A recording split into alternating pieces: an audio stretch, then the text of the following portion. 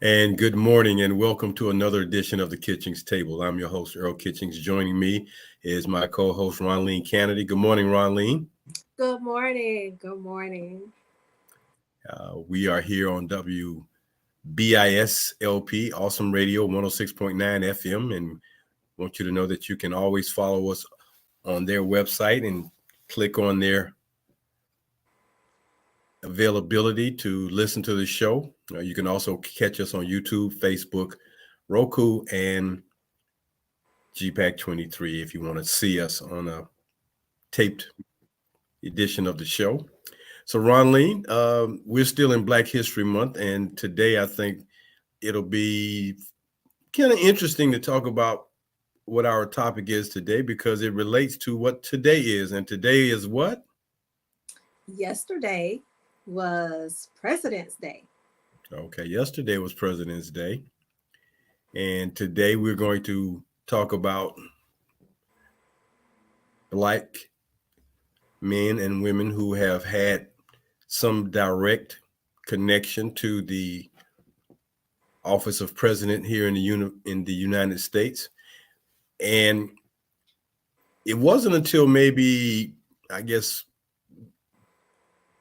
President Bush, H.W. Bush, when they started using the acronym POTUS and VPOTUS and SCOTUS and all these other acronyms for some of these positions that are held in Washington. But POTUS, for those of you who may not know, is the acronym for President of the United States, and VPOTUS would be Vice President of the United States.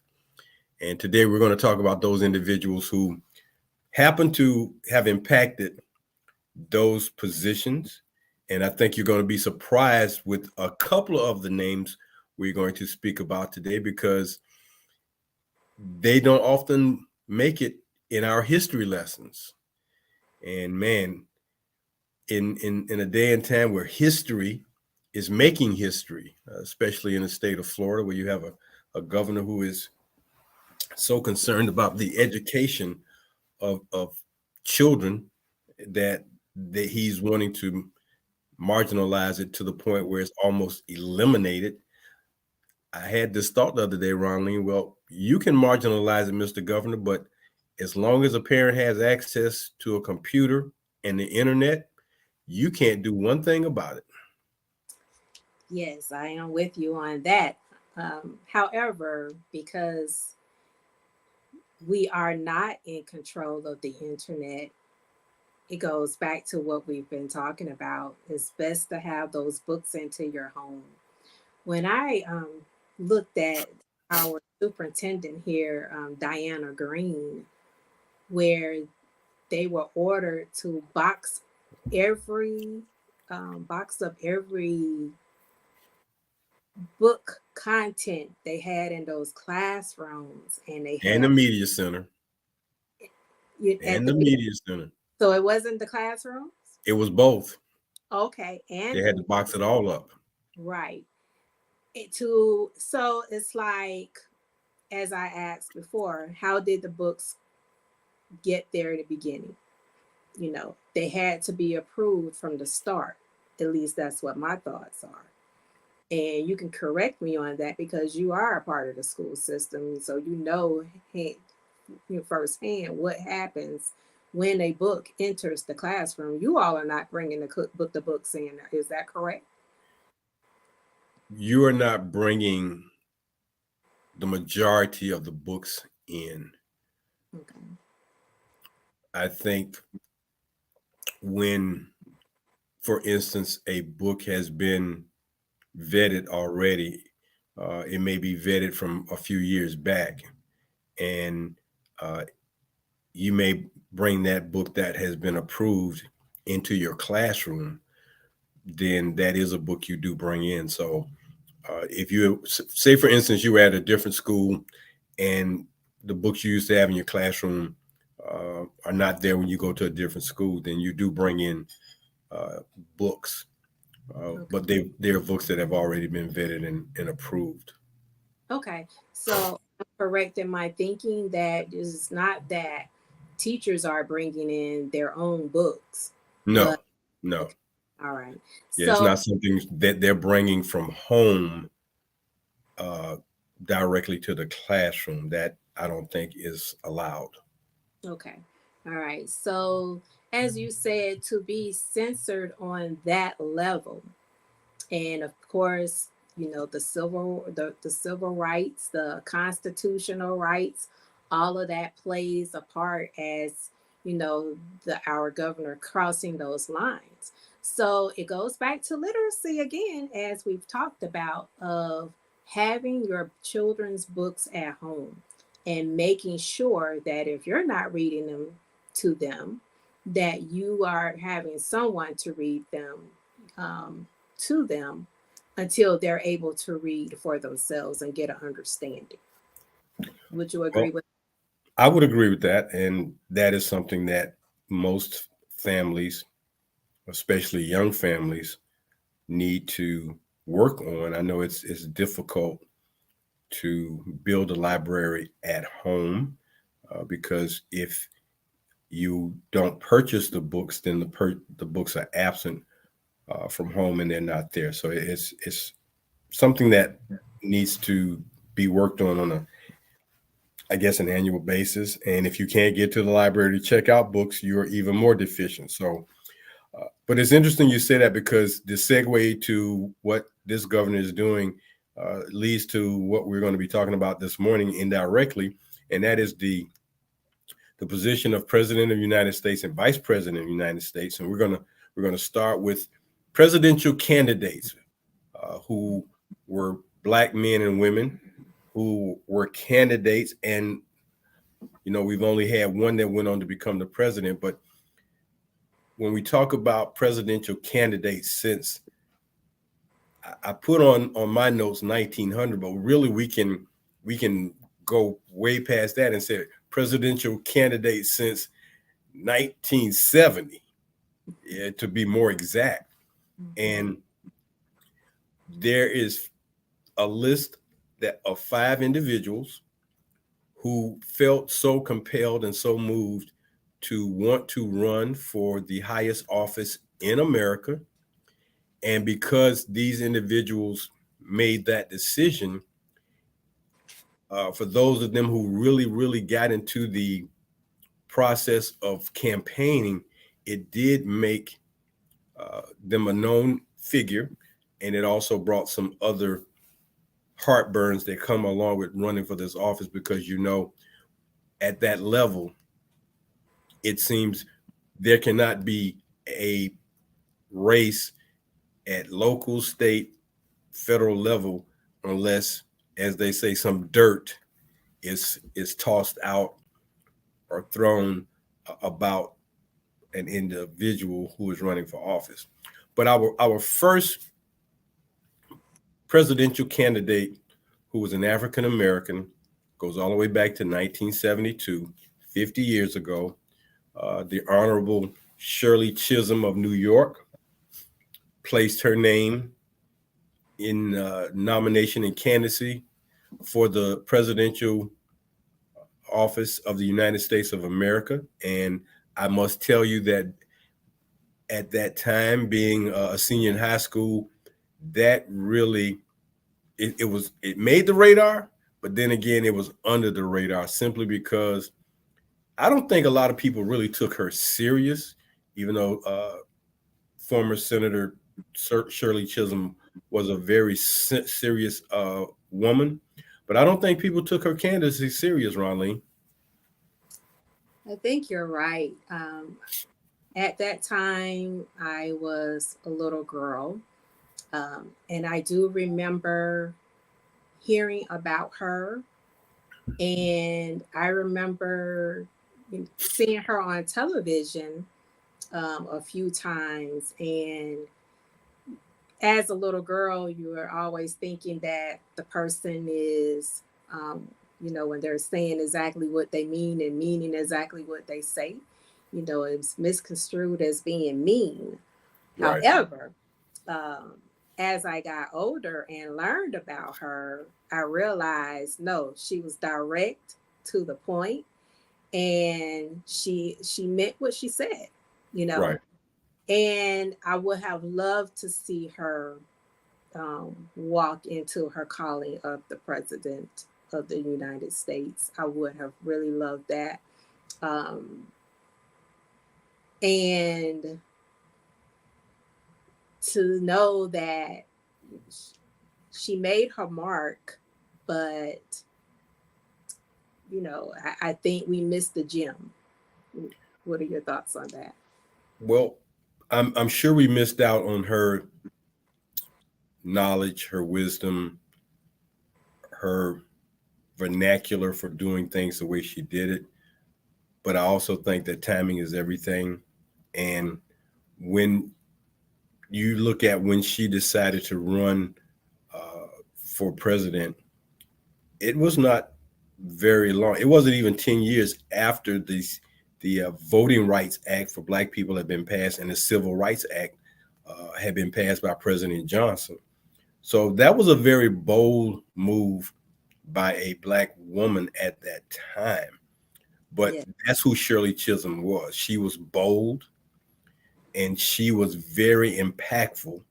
And, when you think about the fact that, well, there had to be some meetings to discuss her even thinking about running and announcing that she's running and getting on the campaign trail to run. And of course, at that time, she was running as an independent, if I'm not mistaken. I don't believe she was running on the Democratic ticket. I think she was just running as an independent. And she just was compelled. She was moved. I mean, I'm sure after having conversations with family and friends and having prayer, she was moved. And I think we as Black Americans will and should always honor her for being the very first Black person to say, I'm going to run for president. Because if you were a Black woman or a Black girl during that time and you were really paying attention, what a role model to step forward and give you inspiration and motivation to, not if you're going to run for office, but to have your own business, to seek higher positions in a company, to do things at another level. Basically saying you can do. And I think that was one of the things that came out of her candidacy, saying, you know, you can do if you so desire. It may be a hard and hurtful and, untimely thing, but you have to follow what's in your mind and your heart. And Shirley Chisholm, we do thank you for what you did in 1972 because you set the standard. And it took 12 years before the next Black American decided to run for president. right. And I love what she said in one of her quotes. If they don't give you a seat at the table, then bring a folding chair. Exactly. Yes, Yeah. that was one of the things. And she did. It says here, I'll read this to you.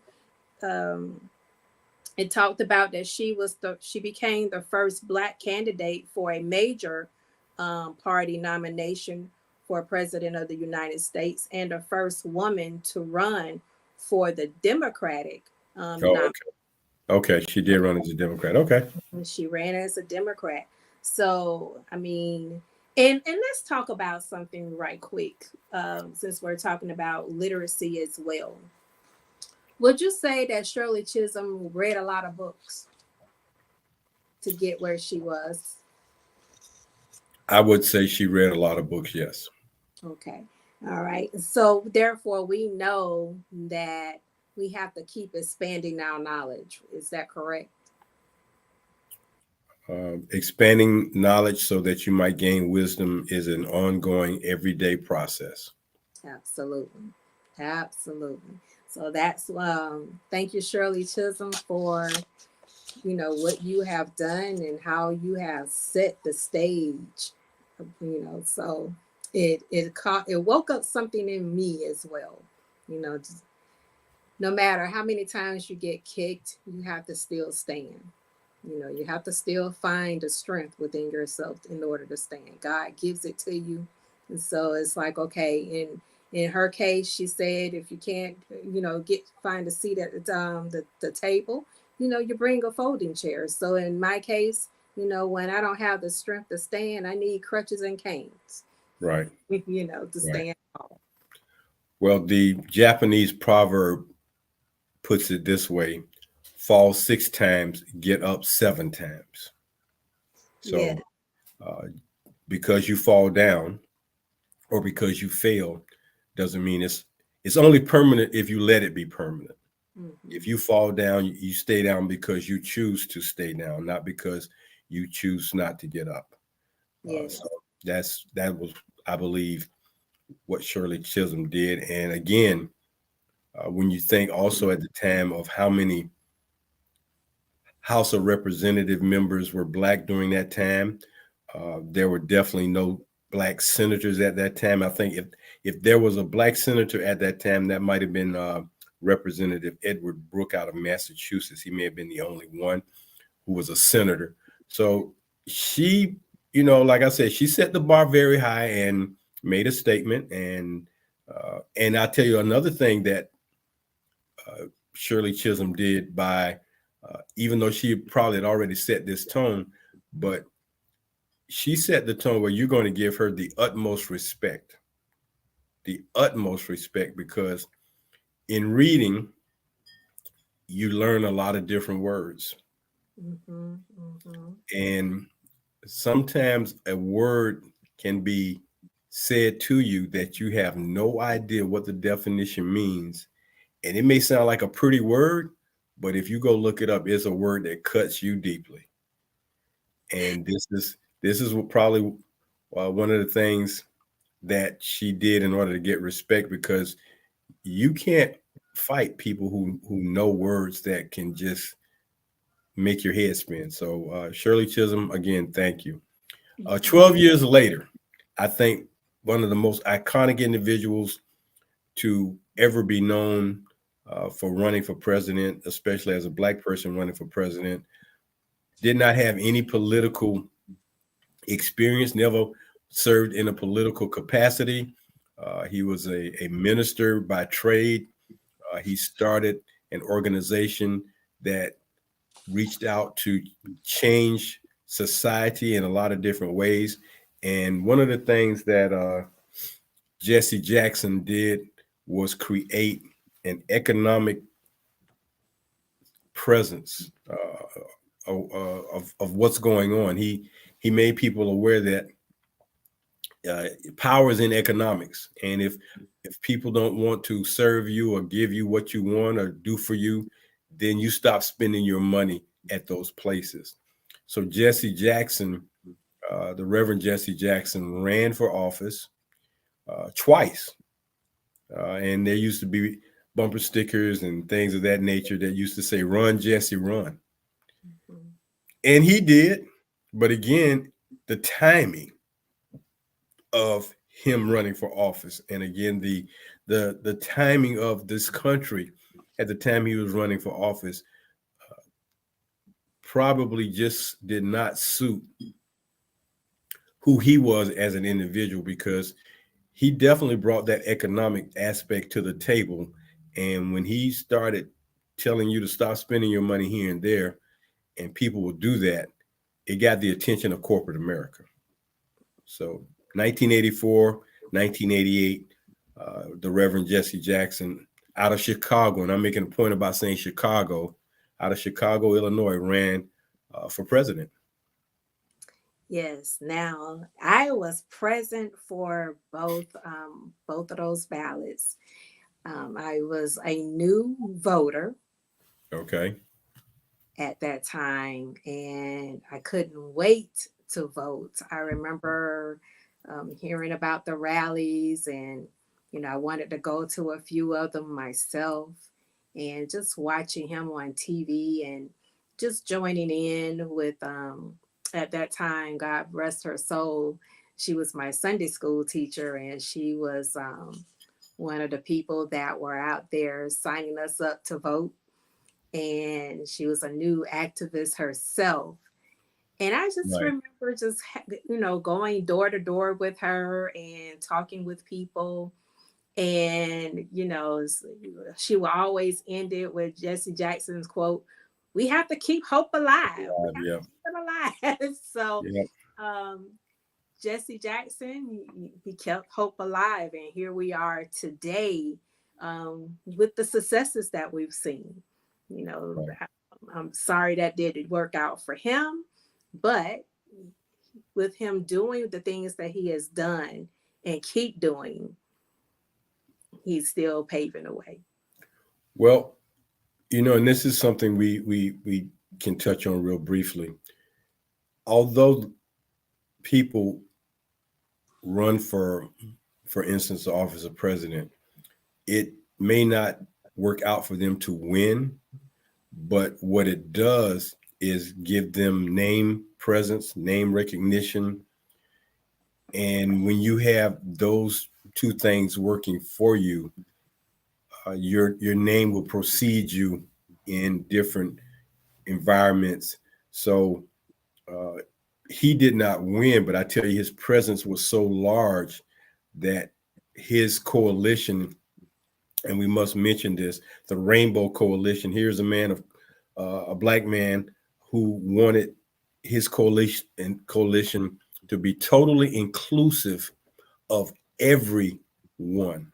Mm-hmm. And it's interesting that the Rainbow Coalition, when we think of rainbow in this day and time, it's normally for the LBGTQ uh, individuals in our country, because that's what they use as kind of their moniker and their logo is the rainbow. But Jesse Jackson wanted everyone of color to be able to have access and to have influence and power. So uh, his name during those two times of running for president helped to move the Rainbow Coalition to a higher level, probably generated um, additional funding so that they could do some other things that they were trying to do. And like Attorney Ben Crump, when Jesse Jackson showed up on the scene, everybody got nervous.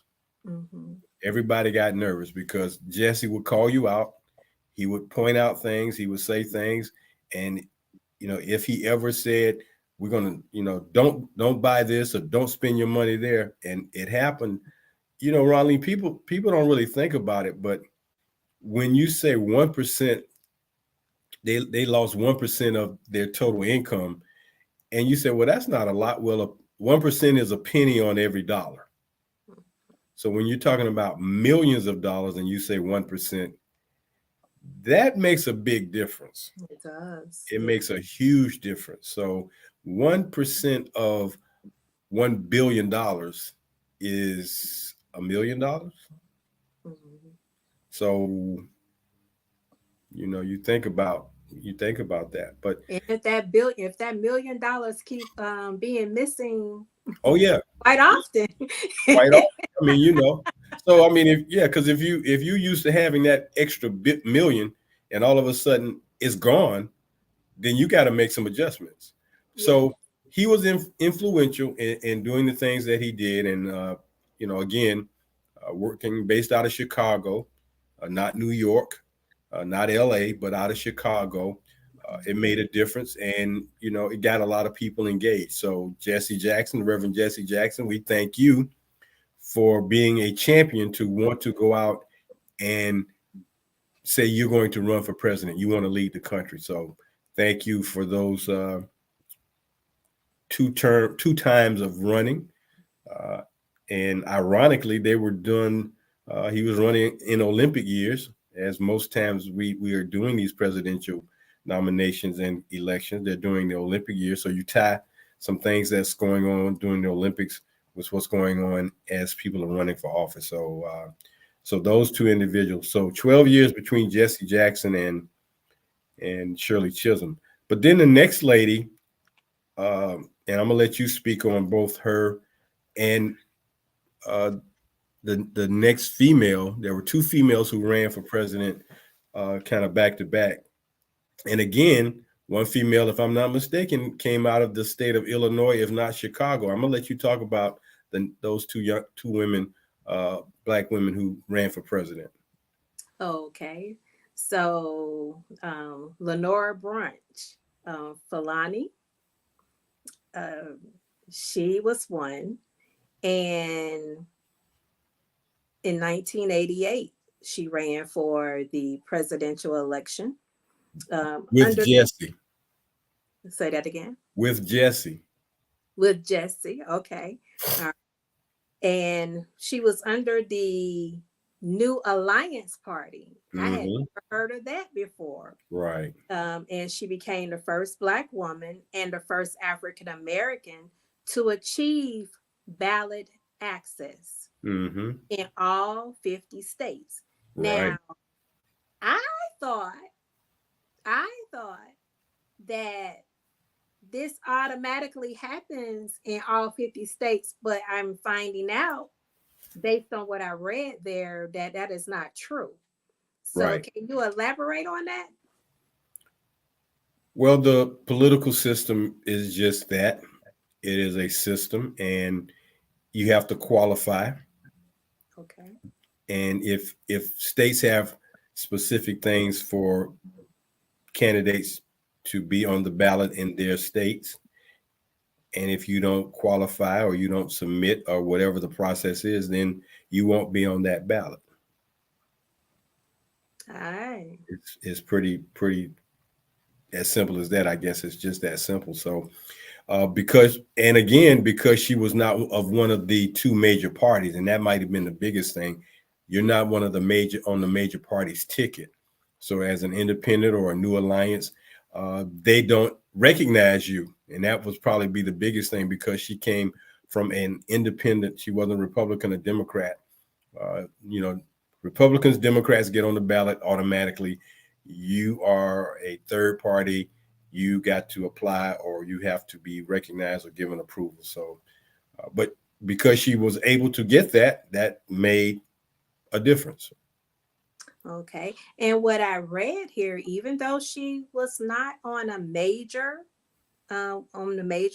party, as in Democratic or Republican, it says here she received more votes for president in the U.S. general or United States general election than any other woman until Jill Stein came on with which the Green Party of the United States in 2012. But Mm-hmm. before then, she Mm-hmm. received a lot of votes.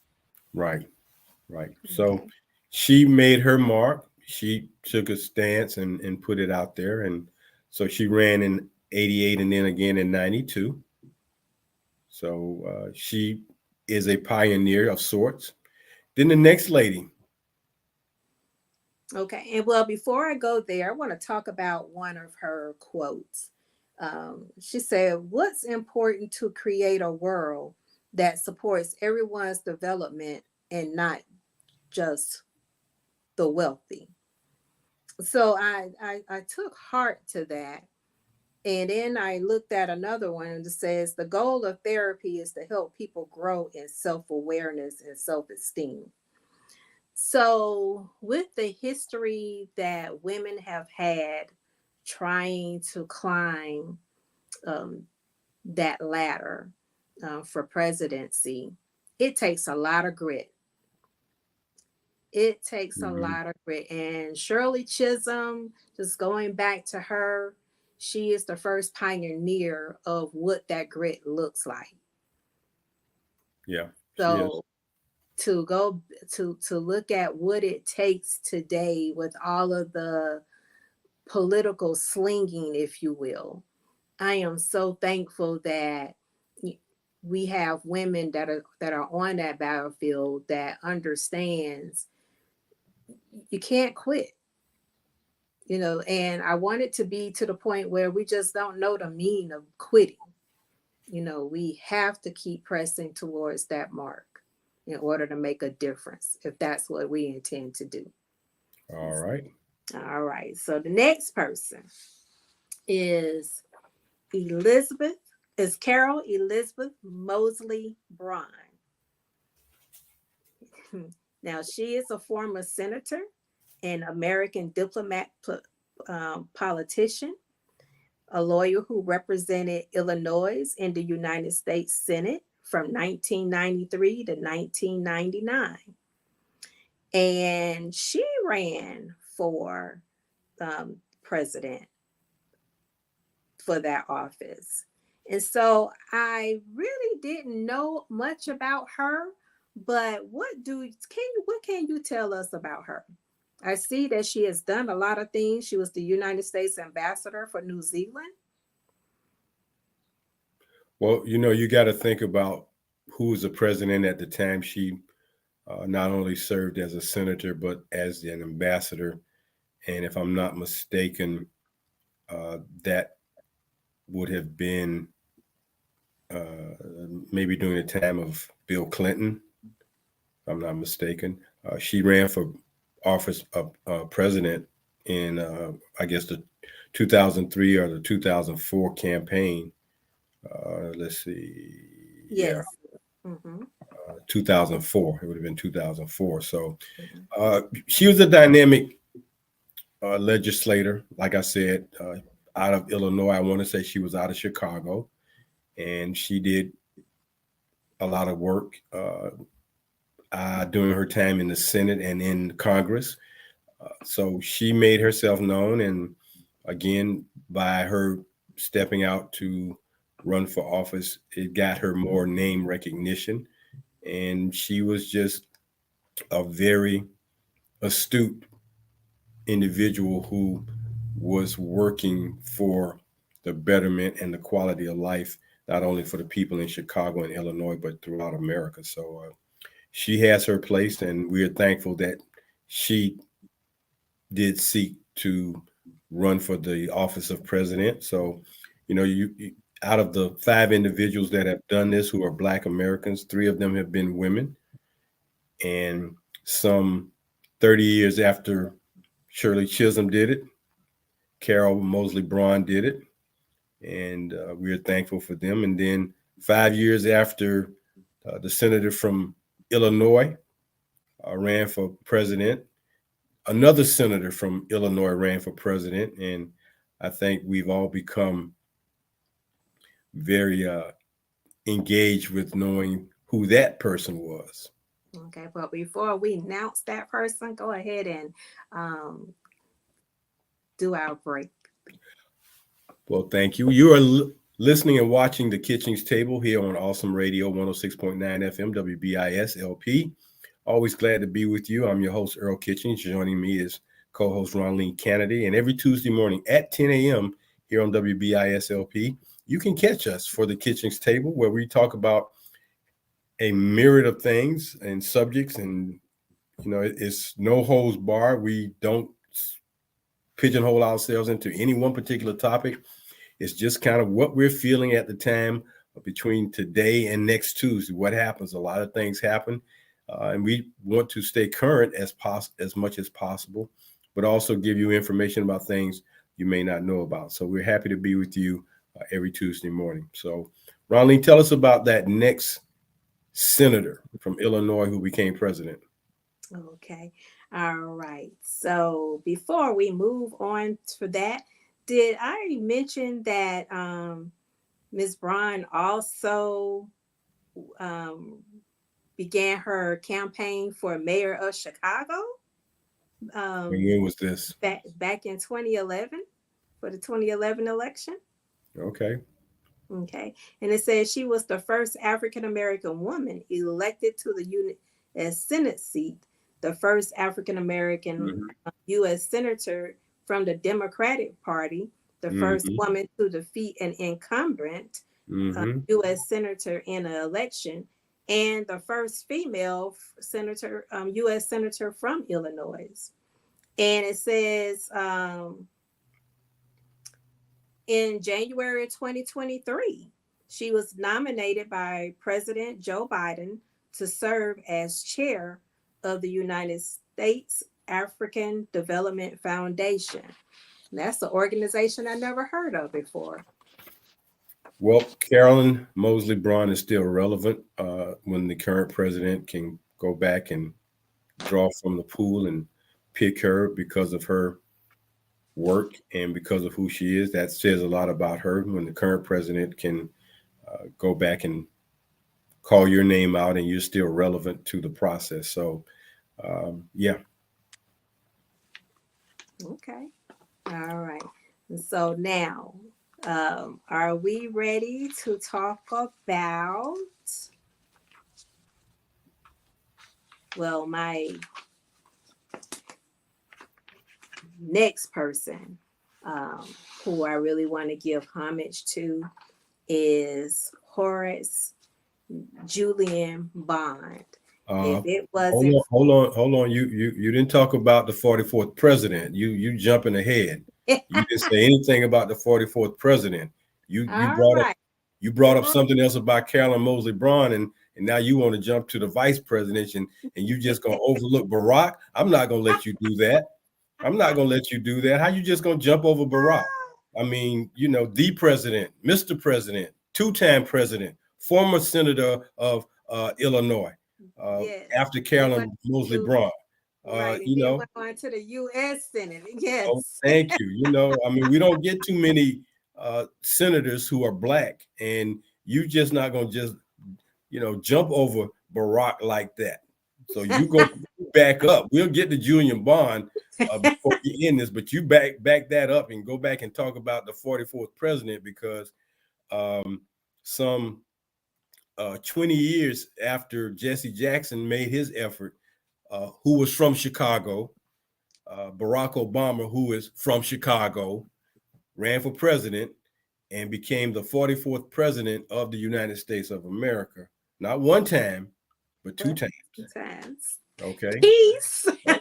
So you Peace. back that up talking about Julian Bond. Yes. Well, excuse me and apologies Thank you. to I the got world. you, Mr. President. I got you. So, yes, our beloved former president of the United States, Barack Obama. Correction, Barack Hussein Obama. Okay. And Yes, and if we didn't have term limits, he would have probably been the first. to Well, do it all over again. I think Bill Clinton might have done it 3 terms, but I know if he had run again, he probably would have been uh, another 3-term president. We only had one, and that was Franklin Roosevelt. But I Right. think if Barack had been given a chance to run in the 2016 election, I think he would have returned back to office, and we would not have experienced what we experienced for those 4 years. But I digress. You're absolutely right. Um, what I've what I've admired about um, President, the former President Obama, is that he's when it comes to literacy, my understanding before he closed his eyes to go to sleep, he made sure that he was reading something. He made sure that he was abreast of what was going on in the world. Mm-hmm. And he prided himself on the education that was sacrificed for him to get, to receive from childhood throughout adulthood. And even now, to watch him on screen uh, talking about how we must save our environment and how, if we don't, how global warming is going to take over and how it's going to be destructive. And it's so the things that um, the powers that be, if you will, fought him on as far as about cleaning up the environment during his time of, that was heartfelt for me once I looked at the documentaries that he's done. And I'm looking for him to put out more content, as in begging us to clean the air, to clean the environment, You want to weigh in on that? I see you rocking there. I'm not going to weigh in on that simply because the environment is under such bombardment. The global warming, the environment is, Mother Nature is taking a beating, and it's taking a beating from the smartest animal on the planet, but also the most destructive animal on the planet, and that's the human being. So I'm not gonna spend any real time talking about the environment. If the former president, is working on something like that, as is the former vice president Al Gore, then I hope that they can make a difference and help correct, or at least start making a change in what's going on in the environmental aspects of not only the country but the world. Because if man does not cease to just keep destroying Mother Nature as it is, the planet will no longer exist, or it exists in such a different way that you won't recognize it. So, if he's doing some good things, President Obama, thank you, sir. Continue to do some good work.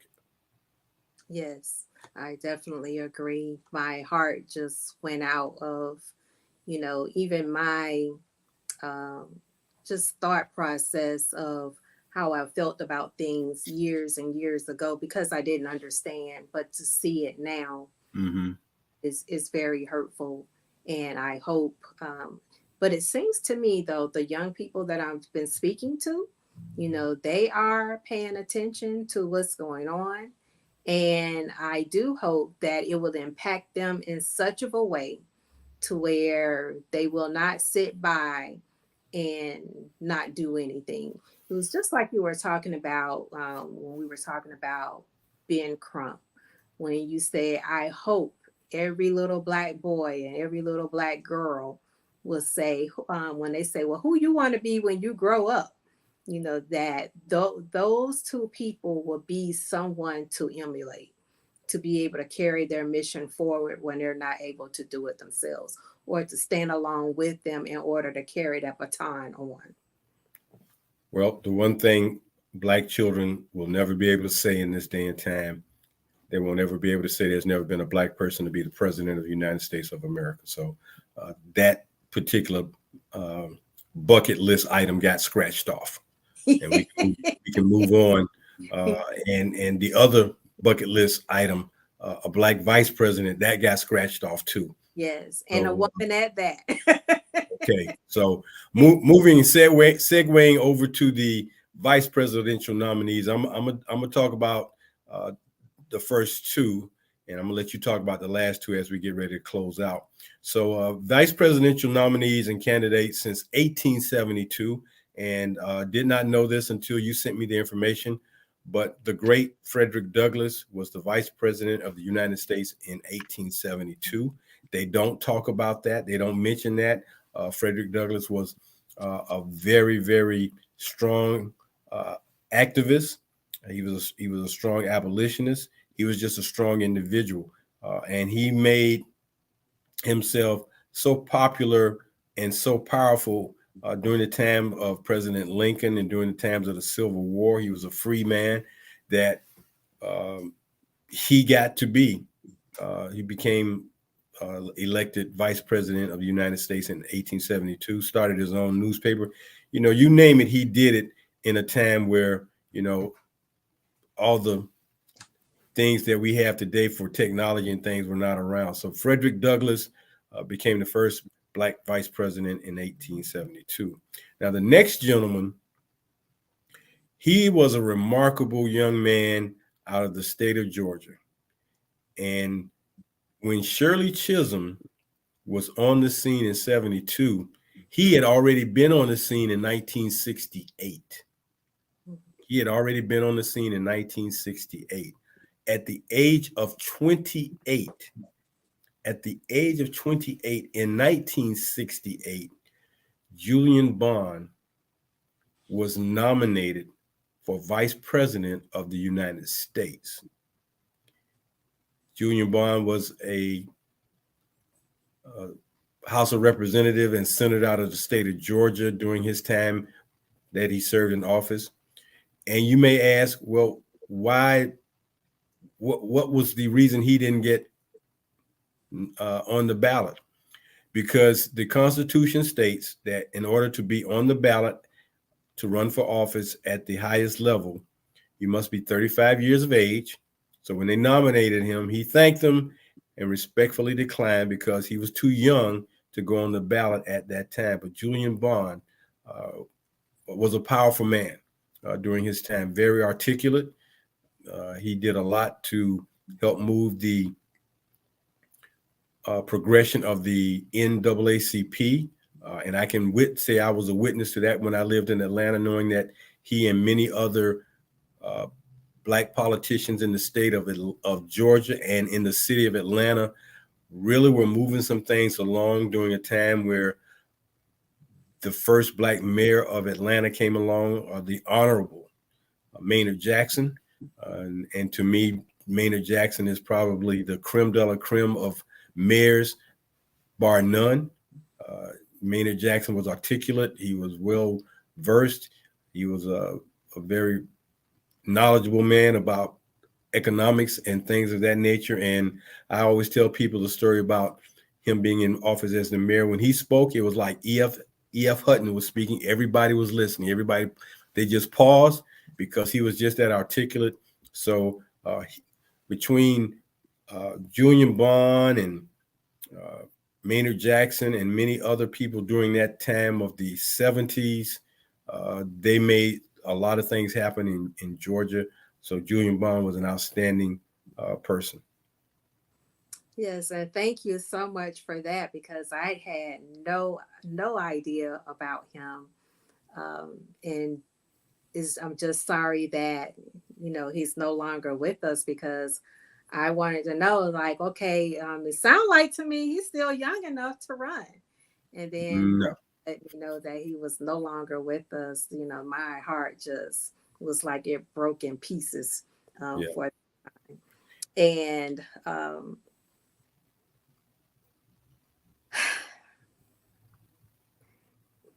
I realized that we've had a couple of gems that you can't get them back because they're not here anymore. That could have done a great service to our country, and I definitely believe that he was one of them. All Uh, right. I wished when you and I were discussing this, I wish they could have rewritten the law to allow him to run for president because they felt that strongly about it. But um, Well, I like think that constitutional piece is in there for a reason. So you don't want to have someone too young without a whole lot of experience having to make heavyweight decisions. So he, he didn't want to wait. He went on and moved his political career forward and House of Representatives and then the state senator of the state of Georgia. So he did what he's supposed to do. okay, all right. So we're going to wrap this up. We're going to talk about Kamala Harris. Um, I can't say enough about this lady, and I'm just looking forward to the many things that she will go on to do. Um, I know I have a great niece, and she was ecstatic because that is her desire, as a young child, now a growing teenager, to become the president of the United States of America. And she has her ideas of how things that she wants, that she feels needs to happen to bring equality or about to level the playing field so that everyone, regardless of, if you're a human being, she wants to wipe out hunger. And she has her ways, want to be able to put those things into effect to be able to get that done. So when Kamala Harris came on the scene and actually won vice president of the United States, she said, I know I have a chance. She felt victory in her heart. Mm. So I want to turn this back over to you. Well, we are definitely hoping that Vice President Harris will continue to make her mark known. And it's ironic that um, she is the first female of any color to become a vice president. So more power to her.